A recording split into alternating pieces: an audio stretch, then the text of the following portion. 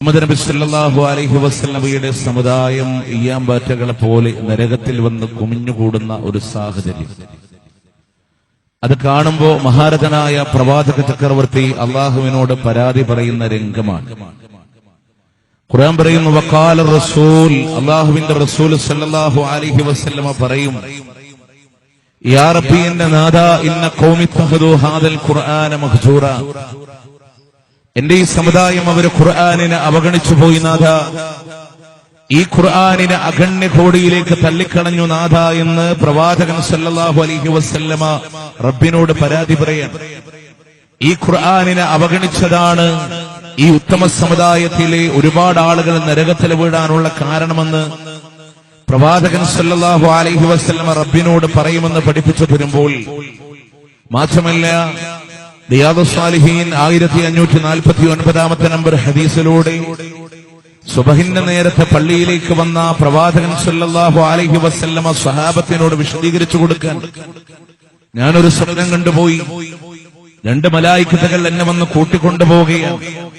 ഫൻതുലഖനാ, അങ്ങനെ ഞങ്ങൾ മുന്നോട്ട് പോകുമ്പോൾ ഫഅതൈനാ അലാ റജുലിൻ മുൽതജിഅ, കിടത്തിവെച്ചൊരു മനുഷ്യന്റെ സമീപത്തിലേക്ക് ഞങ്ങൾ എത്തി. അവന്റെ തലയിലേക്ക് വലിയ വലിയ കല്ലുകളെ കൊണ്ട് ഏറുകൊള്ളുകയും തല അവിടെ ചതഞ്ഞറിയുകയും ചെയ്യാൻ.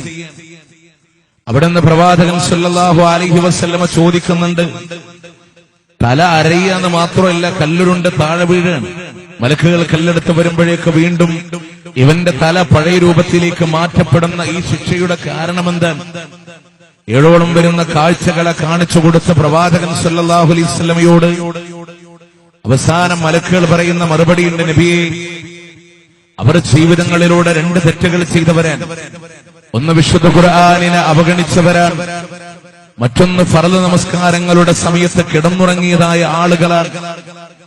ഈ ഒരു സദസ്സിലൂടെ ഒരുമിച്ച് കൂടിയവരെ ആ ഖുർആനിനെ അവഗണിച്ചവരായി നമ്മൾ മാറിയിട്ടുണ്ടോ? ആഖിറത്തിലേക്ക് രക്ഷപ്പെടാൻ, പരലോകത്തിൽ നമുക്ക് രക്ഷപ്പെടാനുള്ള ഏറ്റവും വലിയ സൊല്യൂഷൻ എന്താണ്? അള്ളാഹുവിന്റെ വിശുദ്ധ ഖുർആൻ. ഇതുവരെ നമ്മുടെ മനസ്സാക്ഷികളോട് നമ്മൾ ചോദിക്കേണ്ടത്, ഒരാവർത്തിയെങ്കിലും സൂറത്ത് ഫാത്തിഹ മുതൽ സൂറത്തുൻ നാസ് വരെ ആയുസ്സിനിടയ്ക്ക് ഒരു തവണയെങ്കിലും വായിച്ചു നോക്കാൻ നമ്മളെ കൊണ്ട് കഴിഞ്ഞിട്ടുണ്ടോ? ഇല്ല എങ്കിൽ ആ ഖുർആനിനെ അവഗണിച്ചവരായി നമ്മൾ മാറിയിട്ടില്ലേ? അങ്ങനെ ആരെങ്കിലും ഉണ്ടെങ്കിൽ ഒരു തീരുമാനത്തെ മാറ്റിയെടുക്കാൻ ഖുർആൻ ഇറങ്ങിയ ഈ ഒരു റമദാനിൽ ഇൻഷാ അല്ലാഹ് അതിനെ ഓതി തീർക്കുമെന്നൊരു പ്രതിജ്ഞ എടുക്കാൻ. അതുപോലെ തന്നെ എത്ര നമ്മൾ ഖുർആനിൽ നിന്ന് പഠിച്ചു? വളരെ കുറച്ച്. പഠിച്ചതിൽ എത്ര ഓർമ്മയിലുണ്ട്? വളരെ കുറവാണ്. ഇതിനൊക്കെ ഒരു പരിഹാരങ്ങൾ ഉണ്ടാക്കി ആ ഖുർആനിന്റെ പാതയിലൂടെ കടന്നു വന്നാലേ ആഖിറത്തിൽ രക്ഷയുള്ളൂ. കാരണം എന്താണെന്നറിയോ? ഈ ഞാനും നിങ്ങളും ഗൗരവത്തോടുകൂടെ ഓർക്കേണ്ട വിഷയമാണ്. പ്രിയമുള്ളവരെ, ഈ നാടിലെയും നാട്ടു സാഹചര്യങ്ങളെയും കൂട്ടുകുടുംബത്തെയും വിട്ടൊരു യാത്ര പോവാറുണ്ട്.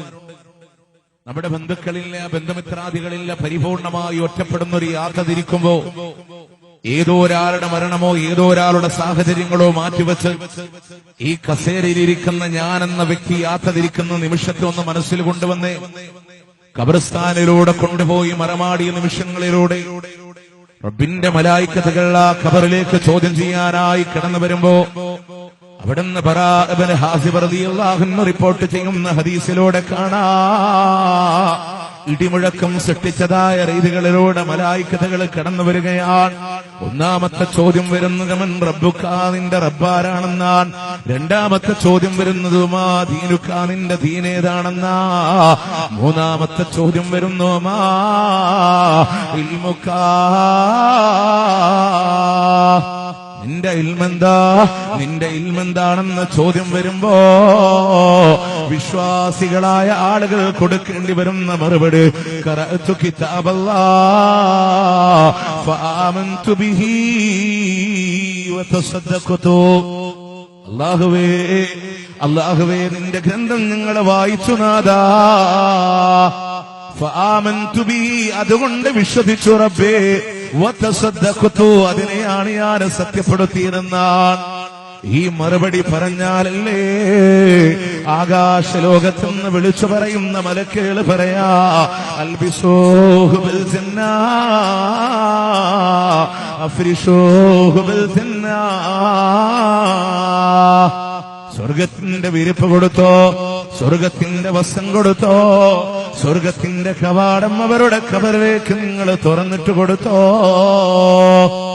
എല്ലാവിധമായ സ്വർഗീയമായ അനുഭൂതികൾ ലഭിക്കുമ്പോ ആ മനുഷ്യർ റബ്ബിനോട് പറയുന്ന വാക്കെന്താണെന്നറിയോ? റബ്ബി അജ്ജിലിൽ ഖിയാമാ, ഞാൻ എന്റെ കുടുംബത്തിലേക്കൊന്ന് മടങ്ങിക്കോട്ടെ അല്ലാ, ഞാൻ എന്റെ കുടുംബത്തിലേക്ക് മടങ്ങിക്കോട്ടെ അല്ലാ. എന്നാൽ നിങ്ങൾക്കറിയണോ, ആ ഖുർആനിനെ വായിക്കാത്തവരെ ആ മറുപടി ഖബറിലൂടെ പറയാൻ പറ്റോ? ഒരാവർത്തി പോലും ജീവിതങ്ങളിലൂടെ വായിച്ചു നോക്കിയിട്ടില്ല. ഒരുപാട് സാഹചര്യങ്ങളും പശ്ചാത്തലങ്ങളും നമ്മുടെ മുമ്പിലൂടെ കടന്നുപോയപ്പോ, ഒരുപാട് ക്ലാസുകളുടെ അവസരങ്ങൾ മുന്നിൽ വന്നപ്പോ അതിനോട് മുഖം തിരിച്ചു കടന്നു വരില്ലയോ?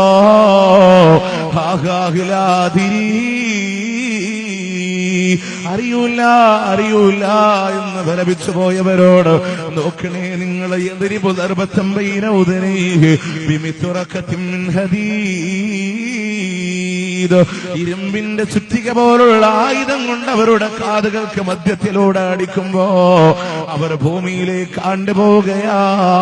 പൊന്തി വരുമ്പോ വീണ്ടും അവർക്ക് പ്രഹരമാ. ആ ആയുധത്തിന്റെ കനമറിയുമോ നിങ്ങൾക്ക്? അതുകൊണ്ടൊരു പർവ്വതത്തിന്റെ ശിഖരത്തിലാണ് അടിക്കുന്നതെങ്കിൽ ആ പർവ്വതം പോലും പരിപൂർണമായി മണ്ണായി പോകുമാറ് കനമുള്ള ആയുധമാ, കനമുള്ള ആയുധമാ. മാത്രമല്ല, ആകാശലോകത്തുനിന്ന് വിളിച്ചു പറയുന്ന മലക്കുകൾ പറയുന്നത് അൽബിസൂഹു ബിന്നാർ അഫ്രിഷൂഹു ബിന്നാർ, നരകത്തിന്റെ വസ്ത്രം കൊടുത്തോ, നരകത്തിന്റെ വിരിപ്പിനെ കൊടുത്തോ. വഫ്തഹൂ ലഹു ബാബൻ ഇലന്നാർ, നരകത്തിലേക്കുള്ള കവാടം അവരുടെ ഖബറിലേക്ക് തുറന്നിട്ട് കൊടുത്തോ. എല്ലാവിധ ഭയാനകരമായ അവസ്ഥകളിൽ ആ നരകത്തിൽ നിന്ന് അടിച്ചു വീശുന്നതാകട്ടെ മിൻ സമൂമിഹാ വഹമൂമിഹാ, അതിന്റെ വിഷക്കാറ്റുകളുണ്ട്, അതിന്റെ ചുടുകാറ്റുകളുണ്ട്. അവരുടെ ഖബറിലേക്ക് വന്ന് അടിച്ചു വീശുന്ന രംഗമില്ലയോ? പ്രിയമുള്ളവരെ, എന്തേ തകരാറ് പറ്റിയത്? അല്ലാഹനെ മനസ്സിലാക്കേണ്ട പോലെ മനസ്സിലാക്കിയില്ല, ദീനനുസരിച്ചുകൊണ്ട് ജീവിച്ചില്ല.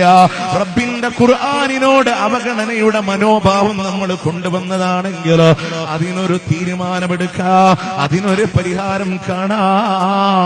മാത്രമല്ല, അവന്റെ ഖബറിലേക്ക് വരുന്ന അവനെ പേടിപ്പെടുത്തുന്നൊരു രൂപമുണ്ട്. ജീവിതത്തിലൂടെ കളവ് പറയാത്ത ലോകത്തിന്റെ മുത്ത് പറയാ, ഖബീഹുൽ വജ്ഹി വഖബീഹുസ് സിയാബ്, മോശപ്പെട്ട വസ്ത്രത്തിന്റെ ഉടമയാ, കണ്ടാളെ തന്നെ പേടിപ്പെടുത്തുന്ന രീതികളിലോട് മോശപ്പെട്ടൊരു മുഖത്തിന്റെ ഉടമയായി കടന്നു വരികയാണ് ഖബറിലോട്. ഈ മനുഷ്യനെ പേടിപ്പെടുത്തുമ്പോ ഇവൻ ചോദിക്കുന്നു, മന്നെന്താ, അല്ല നിങ്ങളാരാ, അല്ല നിങ്ങളാരാ എന്ന ചോദ്യം അവന്റെ മുമ്പിലൂടെ കടന്നു വരുമ്പോ ആ വന്ന രൂപം പറയുകയാ, അമലുക്കൽ ഖബായിസ്, നീ ചെയ്ത തിന്മയുടെ പ്രവർത്തനങ്ങളില്ലയോ? ആ വാക്കുകൊണ്ട് അവസാനിച്ചില്ല. പ്രിയമുള്ളവര്, അലനല്ലൂരിന്റെ സമ്മേളന പന്തലിന്റെ താഴെ ഇരുന്ന് ചിന്തിക്കാ, നിന്നെ ഒരുപാട് നന്മയിലേക്ക് ക്ഷണിച്ചവനല്ലയോ? അന്ന് അതിൽ നിന്ന് കുതറിമാടി നീ തിന്മയോടെ ധൃതി കാണിച്ചവനല്ലയോ? ആ തിന്മയാണ് ഞാനെന്ന മറുപടി ആ വന്ന രൂപം അവനോട് പറയുമെന്നാണ്. നമ്മളെ വിളിച്ചു കൂടാൻ ക്ലാസ് ഇന്നില്ല അല്ലേ? നാളിന്ന് പോകുന്നു, നാളെയാകട്ടെ, നാളിന്നു നാളെ നീ നീളം വിട്ടാട്ടെ. മോയിൻകുട്ടി വൈദ്യരുടെ വരിയാണ്.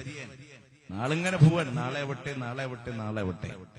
വിട്ടോ, അവസാനം ഇവിടുന്ന് പോണൊരു ദിവസം ഉണ്ടാവും. എല്ലാം കെട്ടിമടക്കി പോണൊരു ദിവസം ഉണ്ടാവും. അതിനുവേണ്ടി കാത്തിരിക്കുകയാണ്. ആ ഖബറിൽ വന്ന് നിന്നെ പേടിപ്പെടുത്തുന്ന രൂപം നിന്നോട് പറയണ വാക്കെന്താണ്? ഞാൻ നിന്റെ സ്വാലിഹായ പ്രവർത്തനങ്ങളെ, നിന്റെ ദുഷ്ടപ്രവർത്തനങ്ങളാ ഞാൻ ഒരുപാട് നന്മയിലേക്ക് നിന്നെ ക്ഷണിച്ചവനാണ്.